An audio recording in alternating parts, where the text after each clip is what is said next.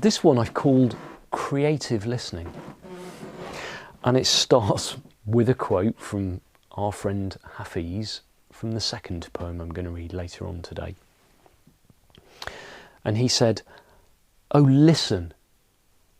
Listen more carefully to what is inside of you right now."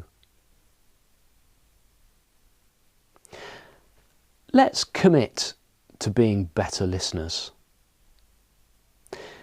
Imagine you're having a conversation with someone.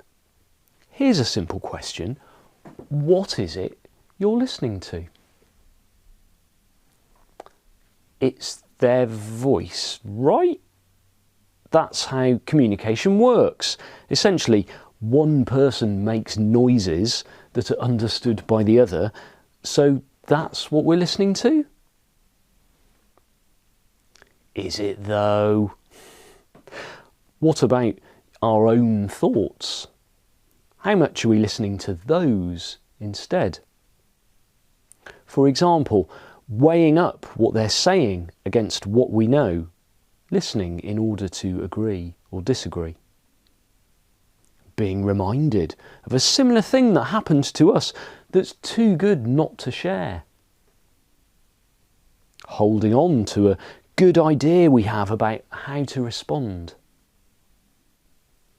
Making judgments about how they are or how we are while they're talking. Guessing what they're going to say next and skipping to the end to save time. Or just blatantly being lost in thought and not listening at all. There are so many ways for our attention to get sidelined by our own minds. It's amazing we hear anything at all. So what's the answer? Try really hard to pay attention. Parse their language for expressions of logic or emotion, matching our responses accordingly with reflection, empathy or counsel. You can certainly try, and it may make you a better listener in the short term, but boy is it a lot of hard work. And here's the kicker. All of that is giving you more to think about.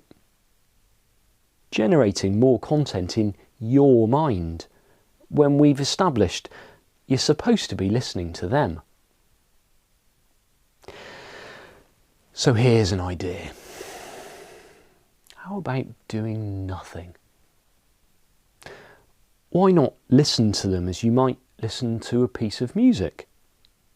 Just let their words wash over you and experience them without agenda, analysis or judgment. Give another the gift of being fully present with them in this way, and you'll both reap the rewards. They will feel they have the space to speak openly, and you'll get to really hear what they're saying beyond the words. Now, we've been taught that listening should be hard work. So it's inevitable that your mind will have a lot to say about this and continue with its incessant voiceover at first. But the more you observe what it's up to and gently dismiss its unhelpful commentary as getting in the way of listening, you'll see a change.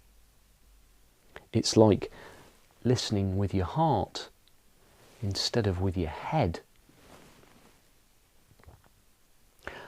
I'll concede I was nervous when I first tried this myself, for it seems alien, potentially even rude. But the very first time I did, at a conference advising someone about career change, I was completely blown away by what came to mind to share with them when the time arrived. As were they. Because when we really listen, having taken our own conditioned thinking out of the equation, we instantly experience a connection to something much bigger. Something that incorporates the person we're talking to and everything they're saying. Call it wisdom or intuition, God, life energy, presence, the now, really call it whatever you like. But it's an endlessly creative source. It's beautifully contextual to every situation we encounter. And it feels really good whenever we relax into it. So why not give creative listening a go and see what happens? It requires literally no effort on your part, and you'll be amazed by the results. What have you got to lose? With love, Giles.